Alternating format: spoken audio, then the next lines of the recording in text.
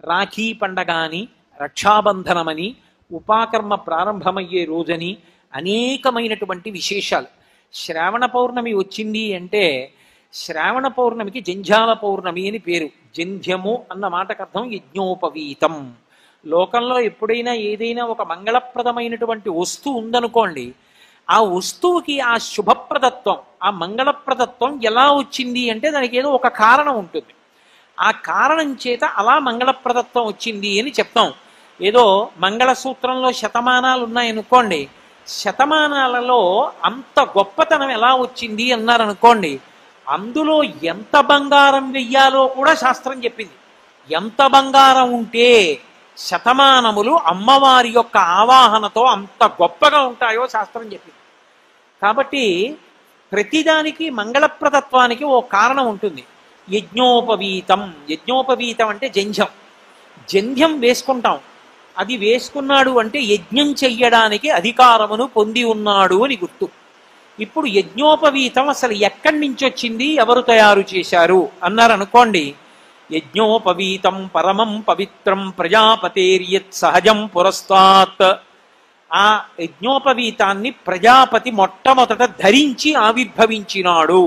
ప్రజాపతి అన్న మాటని ఒక రకంగా అన్వయం చేస్తే చతుర్ముఖ బ్రహ్మగారు, ఆయన త్రిమూర్తులలో ఒకడు, సృష్టికర్త అయినటువంటి వాడికే అసలు ఆయన ఆవిర్భవించినప్పుడే ఆయనకి యజ్ఞోపవీతం ఉన్నది. అంటే యజ్ఞోపవీతము ఎవ్వరూ తయారు చెయ్యలేదు. సృష్టిలో ఒకరు తయారు చెయ్యవలసిన అవసరం లేకుండా ప్రజాపతి తనంత తాను ధరించి ఆవిర్భవించాడు. అంత గొప్పది. అది ఉంటే వాడు యజ్ఞం చెయ్యడానికి అధికారి అని గుర్తు. వాడు యజ్ఞం చేస్తే ఏమొస్తుంది లోకానికి అంటే భాగవతంలో చెప్తారు, మఖము చేయ వజ్రి మది సంతసించును, వజ్రి సంతసింప వానకురియు, వానకురిసి గసవు వసుమతిపై పెరగు, గసవు మేసి ధేను గణము బ్రతుకు అంటారు. యజ్ఞం చేశారనుకోండి, దేవతలు ప్రీతి పొందుతారు. దేవతలు చాలా సంతోషించారనే గుర్తు ఏమిటంటే బ్రహ్మాండమైనటువంటి వర్షం పడుతుంది. వర్షం పడక పడింది అనుకోండి, దేవతలు తృప్తి చెందారని చెప్పలేము. బ్రహ్మాండమైన వర్షం పడింది అనుకోండి, దేవతలు తృప్తి చెందారని గుర్తు. అందుకే మఖము చేయ వజ్రి మది సంతసించును, వజ్రి సంతసింప వానకురియు, వానకురిసి గసవు వసుమతిపై పెరగు. అంత పెద్ద వాన పడింది అనుకోండి, ఎక్కడెక్కడ చూసినా సరే పచ్చిగడ్డి దగ్గర నుంచి చెట్లు చామలు అన్నీ పెరుగుతాయి. అవన్నీ పెరిగితే 4 పాదములు కలిగినటువంటి ఆవులు, దూడలు, ఎద్దుల దగ్గర నుంచి మనుష్యులు అందరూ కూడా లోకము సస్యశ్యామలమై సంతోషంగా ఉంటారు. ఇంతటికీ కారణం ఏంటంటే యజ్ఞం. యజ్ఞము చెయ్యడానికి అధికారము దేని వల్ల వస్తుంది అంటే యజ్ఞోపవీతము వల్ల వస్తుంది. అటువంటి యజ్ఞోపవీతము మలినము కాకూడదు, అటువంటి యజ్ఞోపవీతము పెరిగిపోకూడదు. అంటే దానిలో ఉండేటటువంటి పోగులు తెగి ఉండకూడదు. ఆ యజ్ఞోపవీతం మలినం పట్టి ఉండకూడదు. యజ్ఞోపవీతాన్ని తనంత తాను శ్రద్ధ పట్టి మార్చినా మార్చకపోయినా శ్రావణ పౌర్ణమి నాడు మాత్రం తప్పకుండా యజ్ఞోపవీతం మారుస్తారు. యజ్ఞోపవీతం మార్చాడు అంటే అర్థం ఏమిటో తెలుసా? రోజు చేసేటటువంటి గాయత్రి కన్నా కూడా ఎక్కువ గాయత్రి జపం చేస్తారు ఆ రోజున. ఎందుచేత శ్రావణ పౌర్ణమి నాడు యజ్ఞోపవీతాలు మార్చడం అన్నది పెట్టారో తెలుసా? శ్రావణ మాసంలో వర్షం కురిసి తీరాలి. శ్రావణ భాద్రపద మాసాల్లో వర్షం కానీ కురవకపోతే ఇక ఆ సంవత్సరం అంతా తినడానికి తిండి గింజలు ఉండవు. శ్రావణ భాద్రపద మాసాలలో వర్షాలు కురవాలి అంటే 2 కారణములను శాస్త్రం సృష్టించింది. ఒకటి, శ్రావణ మాసం భాద్రపద మాసం ఏం చేస్తారంటే ప్రతి ఊళ్ళోనూ కూడా వేద సభలు ఏర్పాటు చేస్తారు. వేద పండితులందరూ బయలుదేరి వస్తారు. వచ్చి ఆ వేద సభలో పాల్గొని వాళ్ళు వేదం చదువుతారు. వేద గానం ఎక్కడ వినపడుతుందో అక్కడ దేవతలందరూ సంతోషిస్తారు. వేదం అర్థం అవ్వక్కర్లేదు, వింటే చాలు. ఆ స్వరంతో వేదమంత్రాలు వినపడితే దేవతలు సంతోషించి వర్షాలు కురిపిస్తారు. ఎలాగో వచ్చారు కాబట్టి వాళ్ళు ఏం చేస్తారు, అలా వెళ్ళిపోతూ అందరిళ్ళకి వస్తారు.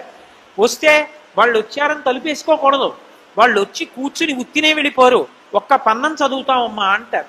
సరే చదవండి అంటే ఓ పన్నమో ఓ పనసో చదువుతారు. చదివి ఆశీర్వచనం చేసి పెడతారు. బ్రాహ్మణులు ఊరూరా తిరిగి వేదాన్ని చదువుతారు. వేద సభలు జరుగుతాయి. దానివల్ల వర్షం. శ్రావణ పౌర్ణమి నాడు ఉపాకర్మ వేదాధ్యయనం ప్రారంభం చేస్తారు. శ్రావణ పౌర్ణమి నాడే యజ్ఞోపవీతాన్ని మార్చి నూతన యజ్ఞోపవీత ధారణ చేసేటప్పుడు గాయత్రీ మంత్రాన్ని 3 రెట్లు చేస్తారు. కనీసంలో కనీసం రోజు 11 మాటలు చేసేవాడు కూడా 33 మాటలు చెయ్యాలి ఆ రోజున. ఎందుకనంటే యజ్ఞోపవీతం తీసి కొత్త ముందు యజ్ఞోపవీతం కొత్తది వేసుకుంటారు, వేసుకున్నప్పుడు చెయ్యాలి. తీసేసి మళ్ళీ పాత యజ్ఞోపవీతాన్ని విడిచిపెట్టేసిన తర్వాత చెయ్యాలి, మళ్ళీ సంధ్యావందనంలో చెయ్యాలి. ముషిలాళ్ళం అయిపోయినా ఒరే అన్నయ్య అన్నయ్య అన్న చెల్లెలు వచ్చి నా చెయ్యి పట్టుకుంటే నాకు ఎంత మురిపెంగా ఉంటుందో. ఇప్పటికీ ఆ పిలుపులో ఉన్న అమృతాన్ని జుర్రుకోవడానికి ఏడాదికి ఒకసారి నేను ఢిల్లీ వెళ్ళి మా చెల్లెలి చేతి అన్నం తిని ఆ పిలుపుని వస్తూ ఉంటాను. అన్నయ్య అన్న పిలుపులో అంత మాధుర్యం ఉంది. అన్నయ్య అనేటప్పటికీ కట్టుబడిపోతాడు. మీరు మా అన్నయ్య గారు లాంటి వారండి అన్నారనుకోండి, చెల్లెమ్మ పసుపు కుంకుమలు పట్టుకెళ్ళమ్మా అంటాడు. పుట్టింటికి వచ్చావు ఉత్తి చేతులతో ఎలా పెడతావు, పట్టుకెళ్ళు పసుపు కుంకాలంటాడు. అన్న అన్న మాటకి అంత అనుబంధం ఉంది. రాక్షసత్వం అన్న మాటకు అర్థం ఏమిటంటే ఏ అనుబంధాలలో ఉన్నటువంటి మాధుర్యాన్ని అనుభవించలేకపోవడం. వాడికి కొడుకు పట్ల మాధుర్యం ఉండదు, మనవడి పట్ల మాధుర్యం ఉండదు, మనవరాలి పట్ల మాధుర్యం ఉండదు, చెల్లెలి పట్ల మాధుర్యం ఉండదు. వాడికి ఇక దేని పట్ల మాధుర్యం? వాడికి ఏదో ఓ పిచ్చి ఉంటుంది, ఓ డబ్బు పిచ్చో బతకాలన్న పిచ్చో ఏదో ఓ పిచ్చి. ఆ పిచ్చికే వాడి జీవితం అంకితం. వాడికి ఇంకా మిగిలిన వాటిలో ఉన్న ఏ మాధుర్యాన్ని వాడు జురుకోలేడు. వాకాటి పాండురంగారావు గారు దిక్సూచి వ్యాసాలు రాస్తూ ఆకాశంలో ఇంద్రధనస్సు ఏర్పడినప్పుడు కొడుకు తండ్రిని పిలిచి నాన్నగారండి అది ఏమిటి అని అడిగితే చెప్పడానికి సమయం లేదు, నేను సినిమాకి టికెట్ తీయాలని వెళ్ళిపోయిన తండ్రి ఈ జాతికి బరువు అని రాశారు. కాబట్టి తండ్రి కొడుకుల మధ్య ఉండే అనుబంధంలోని మాధుర్యం అటువంటిది. అన్నా చెల్లెళ్ల మధ్య ఉండేటటువంటి అనుబంధం అంత గొప్పగా ఉంటుంది. ఎన్నేళ్లు రానివ్వండి, 60 ఏళ్ళు వచ్చి షష్ఠి పూర్తి అవుతుండనివ్వండి, 70 ఏళ్ళు వచ్చిన తరువాత ఇంకొక ఏ ఉగ్రరథశాంతో భీమరథశాంతో అవుతుండనివ్వండి, సహస్రచంద్ర దర్శనోత్సవం అనివ్వండి, ఎంత ముషిలిదైపోయినా సరే ఆ చెల్లెలు వచ్చి హారతిస్తూ ఉంటే ఆ అన్నయ్య మురిపం ఎంత సంతోషంగా ఉంటుందో ఆ చెల్లెల్ని చూసుకుని. జ్ఞాపకం చేశాడు వసుదేవుడు. మన పురాణాలు కేవలం ఏదో ఆధ్యాత్మిక చింతనకు మాత్రమే పరిమితం అవుతాయి అనుకోకండి. మనుష్య సంబంధాల్లో ఉండే మాధుర్యాన్ని రుచి చూపిస్తాయి. అసలు నిజంగా కావ్యాల్ని పురాణాల్ని పరిశీలనం చేస్తే పరమేశ్వరుడు తోబుట్టువలనిచ్చి మనకి ఎంత అమృతాన్ని పంచిపెట్టాడో అనిపిస్తుంది.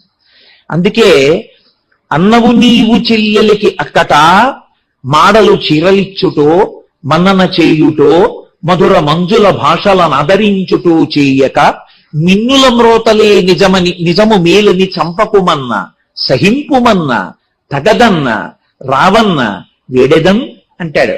జ్ఞాపకం చేస్తాడు. అన్నవు నీవు చెల్లెలికి బావా అని పిలవలేదు. ఆమె నీ చెల్లెలయ్యా, నువ్వు అన్నయ్యవయ్యా. అన్నవు నీవు చెల్లెలికి అక్కట మాడలు చీరలిచ్చుటో, చెల్లెలు ఇంటికి వచ్చినప్పుడు ఏ ఇద్దరు వ్యక్తులు కలుసుకున్నా అభిప్రాయ భేదాలు ఉంటాయి, కలుసుకుని సంతోషంగా గడిపేటటువంటి మంచి మాటలు ఉంటాయి. తోడ పుట్టిన వాళ్ళు ఎవరు ఎంతకాలం ఉంటారో ఎవరికి తెలుసు. ఇద్దరు కలుసుకున్నప్పుడు పరమ సంతోషంగా అన్నయ్య అన్నయ్య నీకు దోసకాయ పప్పు అంటే ఇష్టం రా, అందుకు నీకు 2 దోసకాయలు తెచ్చాను రా అన్నయ్య అంటే మురిసిపోయి ఆ దోసకాయ పప్పు వేయించుకుని చెల్లెలతో కలిపి అన్నం తిని, ఉసే నీకు చిన్నప్పుడు చారు అన్నం గట్టిగా నలిపి మెత్తగా చేసి పెడితే అన్నయ్య అన్నయ్య నువ్వు నెయ్యి వేసుకుని చారు బాగా కలుపుకుంటావు పెట్టవా అన్నయ్య అని అడిగేదానివే. ఇదిగో కొద్దిగా తిను అని 60 ఏళ్ళు వచ్చిన చెల్లెలికి 70 ఏళ్ల అన్నగారు పెడుతుంటే మేనల్లుళ్ళు మురిపంగా చూస్తుంటే అందులో ఉన్న మాధుర్యం ఎంత గొప్పగా ఉంటుంది. అసలు ఎంత ఆనందం అది. దానికి ఎన్ని కోట్ల సాటి వస్తుంది. ఇంటికి వచ్చిన ఆడపిల్లతో అభిప్రాయ భేదం ఉన్నవే మాట్లాడక్కర్లేదు. ఏమ్మా బాగున్నావా అని మర్యాద పురస్సరంగా ఆ చిన్నతనం ఆ సంతోషం అన్నీ కలిసి మాట్లాడుకుంటే చాలు ఎంత ఆనందంగా ఉంటుందో. కాబట్టి అన్నవు నీవు చెల్లెలకి అక్కట మాడలు చీరలిచ్చుటో, ఓ చీరిస్తారా ఆడపిల్లకి? ఎంత ఐశ్వర్యవంతురాలు కానివ్వండి అత్తవారింటి వైపు, పుట్టింటికి వస్తే 30 రూపాయల చీర పసుపు కుంకం పెడితే మా నాన్నగారు పెట్టారు మా అన్నయ్య పెట్టారని మురిపంగా పెట్టుకెళ్ళి ఆడపిల్ల కట్టుకుంటుంది. ఆడపిల్ల మనసు లాంటి మనసు లోకంలో ఉండదు. తాను ఎంత ఐశ్వర్యవంతురాలైనా కావచ్చు, పుట్టింట్లో పసుపు కుంకం పెట్టి 2 పళ్ళిచ్చి ఒక్క చీర పెడితే ఆమె ఎంత ఐశ్వర్యవంతురాలు కానివ్వండి మురిసిపోతుందంటే కళ్ళ నీళ్లు ఒత్తుకుని, ఎందుకు నాన్నగారండి నాకు ఇప్పుడు ఇంత చీర అంటుంది. ఇవిడు పెట్టింది 30 రూపాయల చీరకి. ఆడపిల్ల ఇంటికి వస్తే ఓ చీర పెడతారయా, పసుపు కుంకం ఇస్తారయా, మాడలిచ్చుటో నీకు ఐశ్వర్యం ఉంది అమ్మ మెళ్ళో వేసుకోవే అని ఓ చిన్న లక్ష్మీదేవి రూపి, శ్రావణ మాసంలో నాన్న ఇది పెట్టుకుని పూజ చేసుకో అని ఓ చిన్న బంగారం రూపోటి నీ దగ్గరుంది తల్లి ఈ ఉంగరం పెట్టుకోరా అని ఓ ఉంగరం మురిసిపోతుంది. మా అన్నయ్య ఇచ్చాడు, మా అన్నయ్య ఇచ్చాడు అని నువ్వు ఇచ్చిన ఉంగరం అంత డబ్బు ఆటోకి పెట్టుకుని 10 ఏళ్లకే వెళ్ళి చూపించుకుంటావు. కాబట్టి మాడలు చీరలిచ్చుటో మధుర మంజుల భాషలను ఆదరించుటో, పోన్లేవయ్యా ఏమీ పెట్టక్కర్లేదు, సంతోషంగా మాట్లాడవయ్యా చెల్లెలితో చాలు, మధుర మంజుల భాషలను ఆదరించుటో. శోభన దేవత అక్క చెల్లెలింటికి ఆమె వచ్చినప్పుడు లక్ష్మీదేవి ఇంటికి వచ్చినట్టు మధురంగా మాట్లాడాలి, మంజులమైన మాట మాట్లాడాలి, ఆమె మనసు నొచ్చుకునేటట్టు మాట్లాడకూడదు. మధుర మంజుల భాషలను ఆదరించుటూ చేయక మిన్నుల మోతలే నిజము మేలని చంపకుమన్నా. ఏమి పోతనగారండి, ఎన్నిసార్లు నమస్కారం చేయింది ఆయన ఆంధ్రానువాదానికి. మిన్నుల మోతలే నిజము మేలని చంపకుమన్నా. ఆకాశంలోంచి ఏదో వినపడిందా? ఆకాశంలోంచి వినపడింది ఎవడన్నాడు, ఎవడు కావాలనన్నాడో, ఏ చెట్టు నుంచి అన్నాడో, ఏ మబ్బు చాటు నుంచి అన్నాడో, నువ్వు మీ చెల్లెలు ఇంత సంతోషంగా ఉండలేక కనురాపు కలిగి అన్నాడో, అది నమ్మి చంపేస్తావా? చెల్లెల్ని చంపిన అన్నయ్య అనరయ్య రేపు పొద్దున్న పసుపు పారాణి ఆరలేదు, సంతోషంగా అత్తవారింటికి వస్తోంది, నువ్వే ప్రేమతో తీసుకొస్తానని సారథ్యం చేస్తున్నావు, అంతలో చంపేస్తావా? మానవన్న తగదన్న సహింపుమన్న అన్న అన్న అన్న తనకి కాదు అనుబంధం, తన భార్య వైపు నుంచి గుర్తు చేస్తున్నాడు. గుర్తు చేస్తూ తగదన్న సహింపుమన్న వేడెదన్, నిన్ను అభ్యర్థిస్తున్నానయ్యా, నిన్ను బతిమాలుకుంటున్నానయ్యా, వదిలిపెట్టవయ్యా అని. అయినా బావా నీకు తెలియని విషయమా, మనుష్యుల యొక్క మృత్యువు ఎక్కడి నుంచి వస్తుంది అంటే చేసుకున్నటువంటి కర్మల నుంచి వస్తుంది. పోతన గారే ఒక చోట అంటారు, రక్షణము లేక సాధుడు రక్షితుడకు సమత చేసి రాయుడులందున్, రక్షణలు వేయి కలిగిన శిక్షితుడకు కలుడు పాప చిత్తు ఉండగుటను. ఏ రక్షణ పెట్టుకోకపోయినా ఓ పసిపిల్లవాడు అలా ఆడుకుంటుంటే, నల్లత్రాచ అలా వెళ్ళిపోతుంటే తెలియక వాడు ఉంగా అంటూ దాన్ని పట్టుకోబోతుంటే వాడి చేతి మించి పాకుతూ వెళ్ళిపోతుంది. వీడు పసిపిల్లవాడు తెలియదు పాపం అని పాము వెళ్ళిపోయింది. చుట్టూ రక్షక భటుల్ని పెట్టుకున్నవాడు ఇంతమంది రక్షక భటులు ఉండగా చచ్చిపోయాడు. ఏమనుకోవాలి? రక్షణము లేక సాధుడు రక్షితుడకు సమత చేసి రాయుడులందున్, రక్షణలు వేయి కలిగిన శిక్షితుడకు కలుడు పాప చిత్తు ఉండగుట. పోతన గారు తీర్పు చెప్పారు. కాబట్టి ఏమయ్యా, లోకంలో ఎవరు చేసిన కర్మని బట్టి వాళ్ళకి అభ్యున్నతి ఉంటుంది, ఎవరు చేసిన కర్మని బట్టి వాళ్ళకి పతనం ఉంటుంది, ఎవరు చేసిన కర్మని బట్టి అదృష్ట దురదృష్టములు ఉంటాయి. అంతేకాని నీ చెల్లెలు దానికి నిమిత్తమా? ఎక్కడో 8వ కడుపున పుట్టేటటువంటి వాడు నిన్ను చంపుతాడని ఇప్పుడే నీ చెల్లెల్ని చంపేస్తావా? నిజంగా శరీరవాణ్ణి చెప్పినది సత్యమైతే నీ చావుకి కారణమే రాదయ్యా, ఇంకో రూపంలో రాదా? చెల్లెల్ని చంపావన్న అపకీర్తి ఎందుకయా మూట కట్టుకుంటావు? నా మాట విను, చంపకు అన్న వినడానికి సిద్ధంగా లేడు. నీ బావా చెప్పడానికి ఎన్నైనా చెప్తావు, కానీ ప్రాణం నాది, జీవితం నాది, నీకే దీనికి 8వ కొడుకు పుడితే నా ప్రాణాలు పోతాయి కాబట్టి చంపేయవలసిందే, మూలాన్ని ఛేదిస్తానన్నాడు. వసుదేవుడు ఆలోచించాడు. ఆపత్కాలమునందే మనసుని కుదుటపరుచుకుని ఆలోచించాలి. ఎందుచేత అంటే ఎప్పుడైనా సరే మనసులోంచే ఏ ఆలోచనైనా రావాలి. మనుష్యుడన్న తరువాత కష్టం రాకుండా ఉండదు. కష్టం వచ్చినప్పుడు విచలితుడైపోయిన వాడు సక్రమంగా ఆలోచించలేడు.